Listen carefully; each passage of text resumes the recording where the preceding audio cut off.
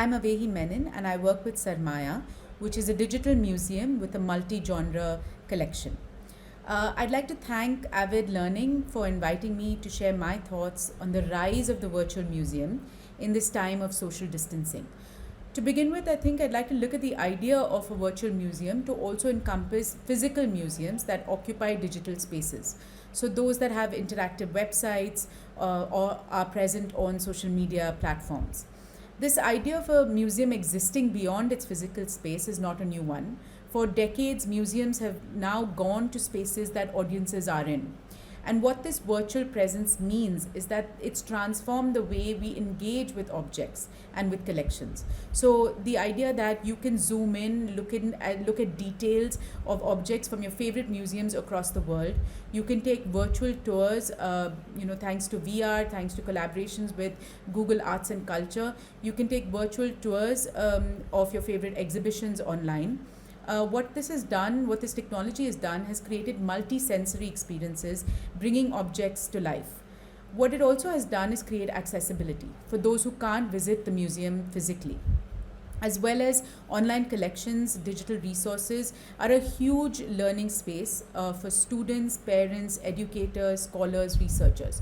So while the digital persona of a museum is not new, what we've seen is a huge jump in engagement during this period of lockdown. If you just look at the popular hashtag museums from home, you see it packed with activities and ideas and really innovative engagement by museums in India and across the world, developing content for their audiences at home. For example, poetry slam sessions organized by the Partition Museum in Amritsar, object audio stories told by DAG museums. At Sarmaya, we've been doing some really exciting, interesting IGTV live conversations with artists, with gallerists.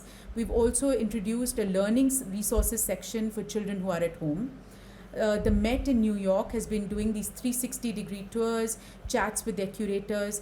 The Philbrook Museum in Oklahoma put out a call for pen pal letters to their resident cats, but also tangible action. They've created a digital marketplace where 100% of the proceeds go to local artists.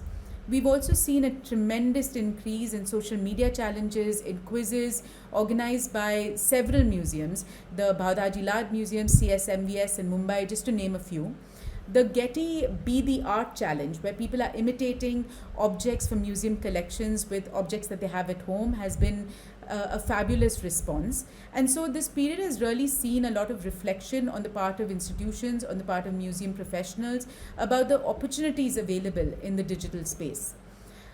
Like other sectors, museums will also open in a post-pandemic world. And I think some big takeaways from this time could be: one, a reprioritizing of digital strategies, digital engagement strategies.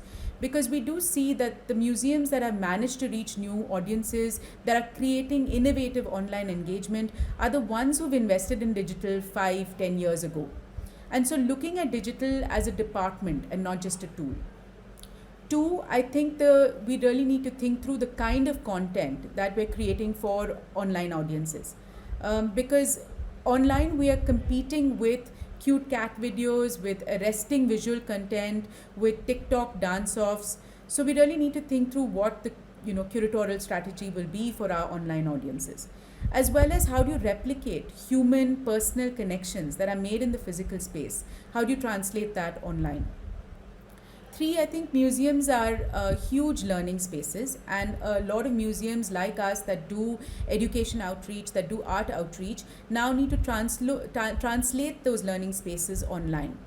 And importantly, for a country like India, where a lot of the children that we want to reach out to don't have access to similar digital infrastructure. So then how do you create that access?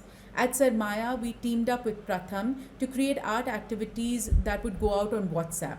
And this has reached children in about 15 states and been translated in 10 languages. Four, I think we're going to see an increase in adoption of VR technologies, both in the physical space as well as online, as well as the introduction of AI. It's already been introduced in other sectors as well as a lot of galleries, where content or the kind of content available online is going to be customized for the individual experience. So based on your previous preferences or your earlier visits.